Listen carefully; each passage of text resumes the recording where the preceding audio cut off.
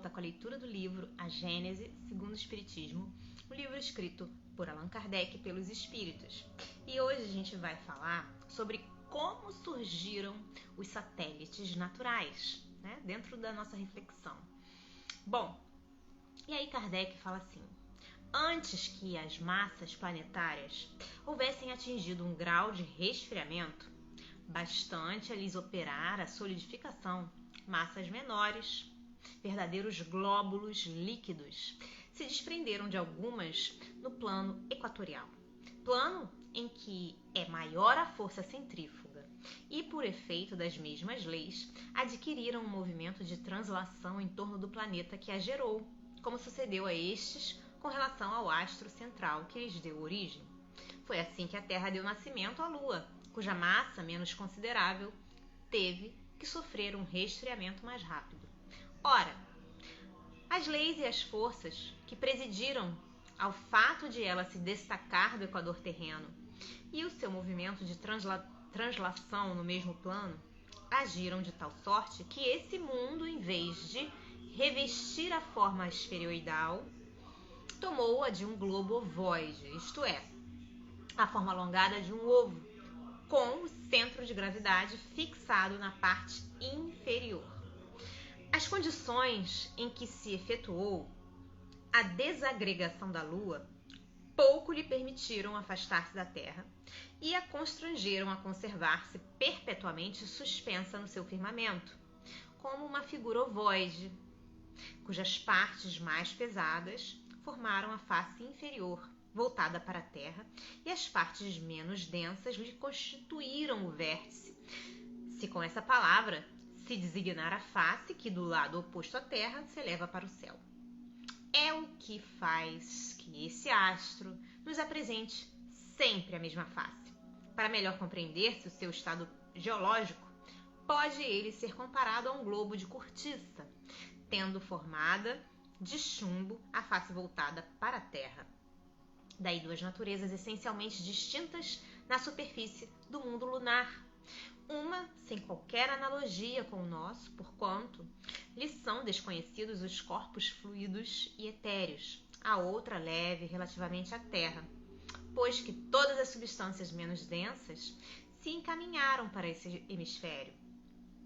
A primeira perpetuamente voltada para a Terra, sem águas e sem atmosfera, a não ser aqui e ali, nos limites desse hemisfério terrestre. A outra, rica de fluidos, perpetuamente oposta ao nosso mundo. E em nota, Allan Kardec diz o seguinte: esta teoria da Lua, nova inteiramente, explica, pela lei da gravitação, o motivo por que esse astro apresenta sempre a mesma face para a Terra, tendo o centro de gravidade num dos pontos de sua superfície, em vez de estar no centro da esfera, e sendo, em consequência, atraído para a Terra por uma força maior do que a que atrai as partes mais leves, a Lua pode ser tida como uma dessas figuras chamadas vulgarmente João Teimoso, que se levantam constantemente sobre a sua base, ao passo de que os planetas, cujo centro de gravidade está a distâncias iguais da superfície, giram regularmente sobre o próprio eixo. Os fluidos vivificantes, gasosos ou líquidos, por virtude da sua leveza específica, se encontrariam acumulados no hemisfério superior, perenemente oposto à Terra.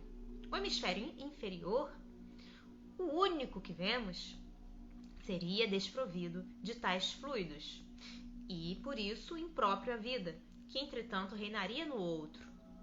Se, pois, o hemisfério superior é habitado, seus habitantes jamais viram a Terra, a menos que excursionem pelo outro hemisfério, o que lhes seria impossível, desde que este carece das condições indispensáveis, a vitalidade.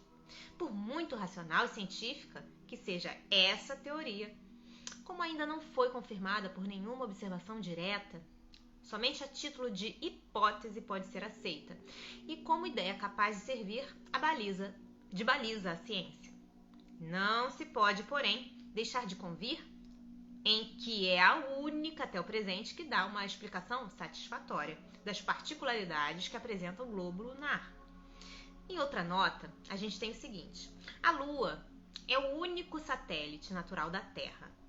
A Atualmente, a teoria mais aceita para a origem da Lua surgiu em 1975, a teoria do grande impacto, proposta pelo Instituto de Ciências Planetárias de Tucson e pelo Instituto Harvard Smithsonian de Astrofísica.